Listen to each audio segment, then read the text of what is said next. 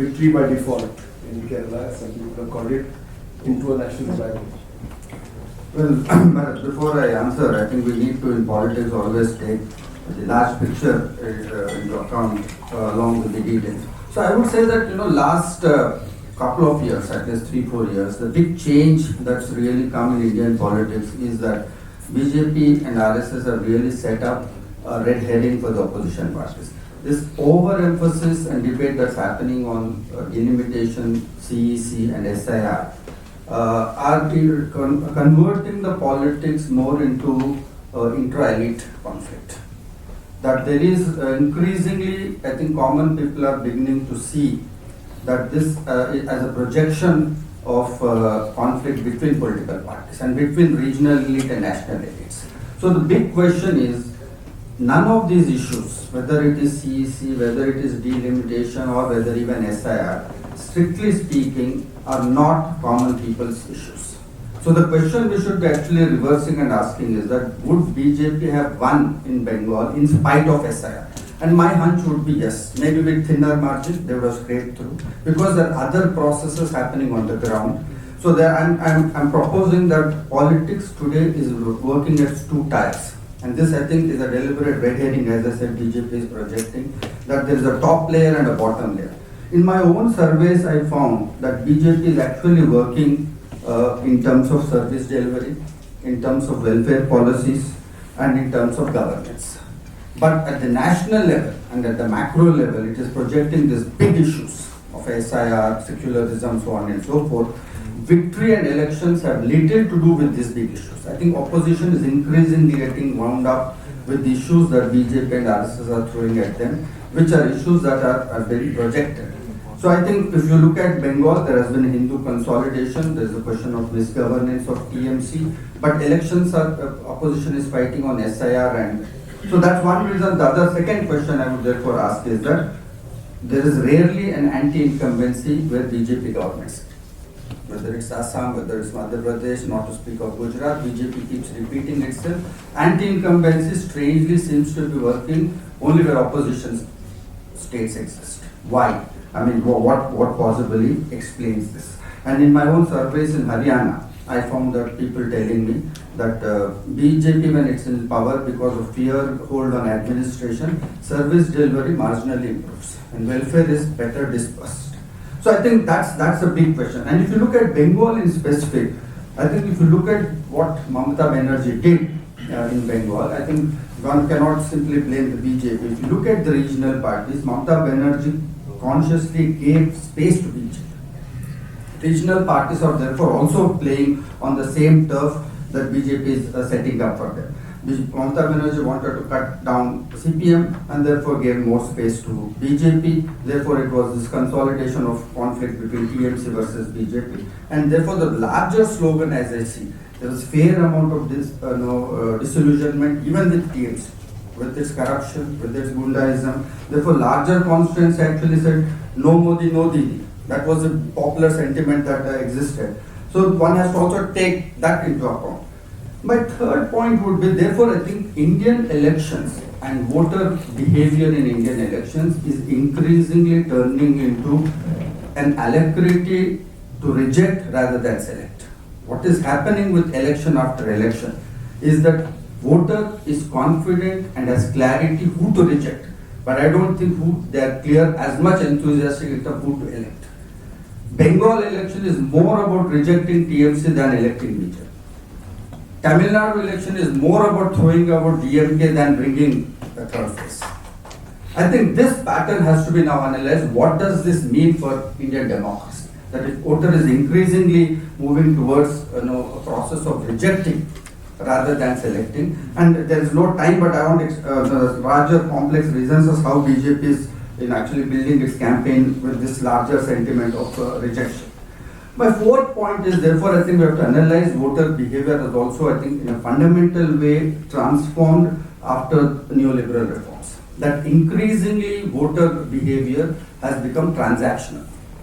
That it is a quid pro quo, which could be partly democratic because they are more looking at deliverables, immediate service delivery, rather than big ideological questions of secularism. What does this mean for Indian democracy is, I think, a big question. that looking at immediate deliverables, looking at immediate service delivery, which I call it transactional welfareism. Is it more democratic because they are putting more pressure on parties to deliver, or is it a process of depoliticization, where voter is increasingly indifferent to large issues of Indian politics, of secularism, constitutionalism, and things of that kind? This could mean both. It could cut both ways, right? So, what does this transactional welfareism mean for us in the long run? Because there are multiple ways, and one paradigmatic case that I wish to, is the timer or your call? This is timer. So I'll finish off by giving you one paradigmatic example of this transactional welfareism in Telangana. BJP candidate in by-election promised every voter 20,000 rupees, right? And therefore he gave 10,000 before results and 10,000 he said after results. And he lost. But the interesting part is people went on a mass dharna. Where is our remaining 10,000?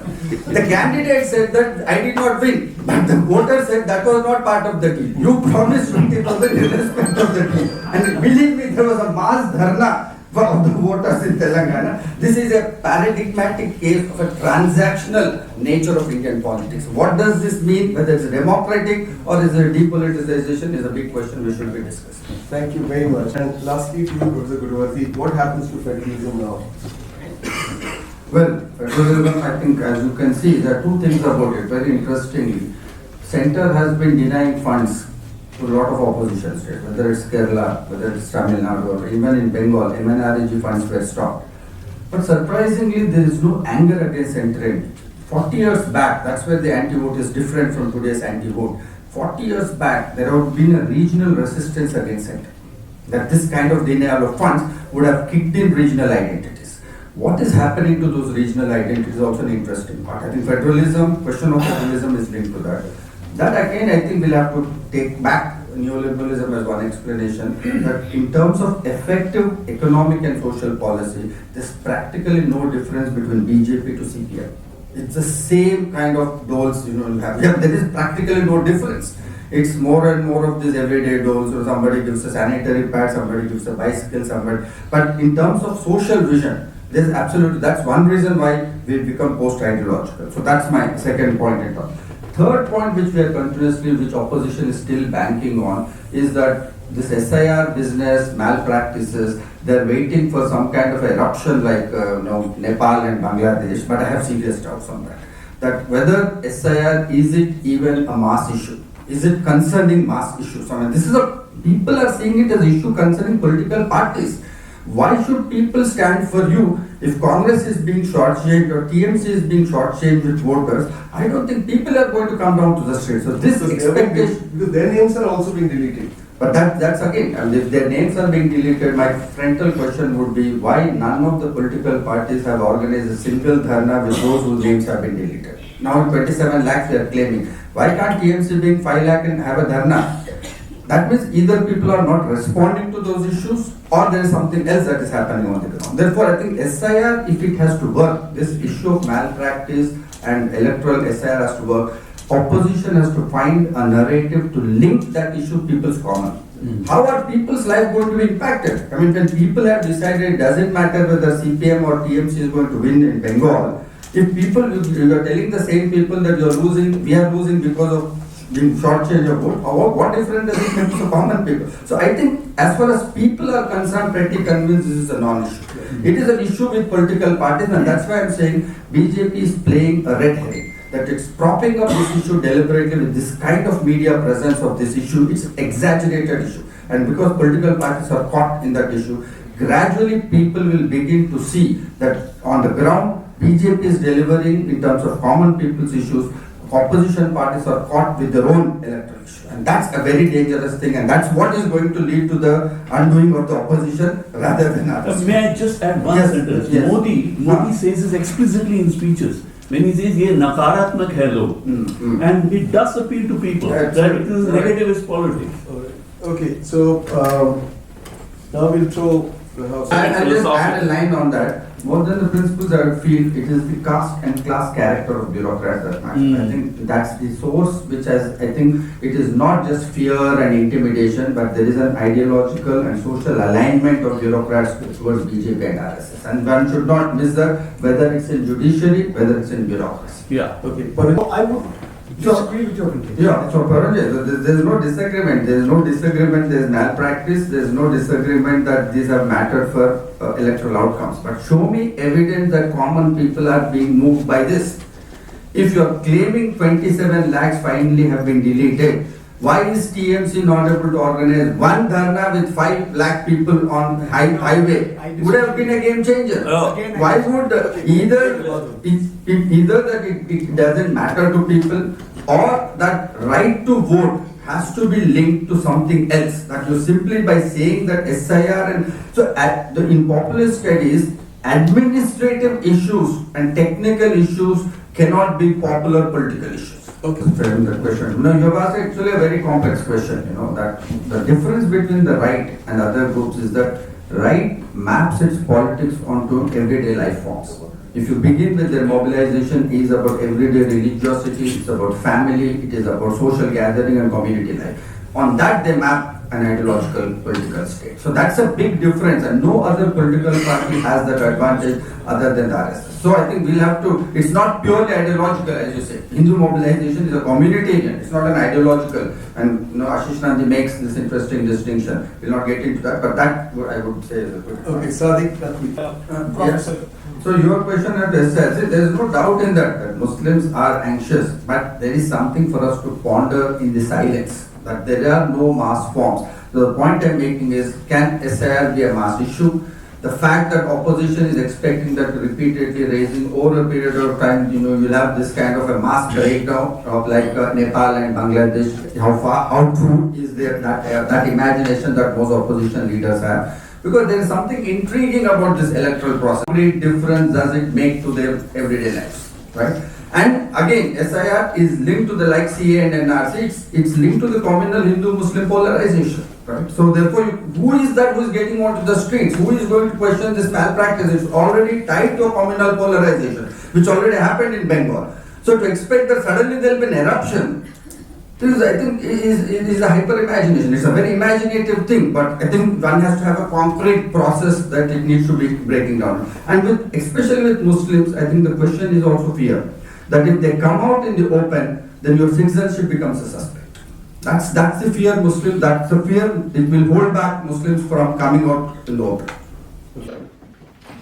I think within Congress there is a difference. I think Rahul himself thinks that a movement can stand by for lack of organization.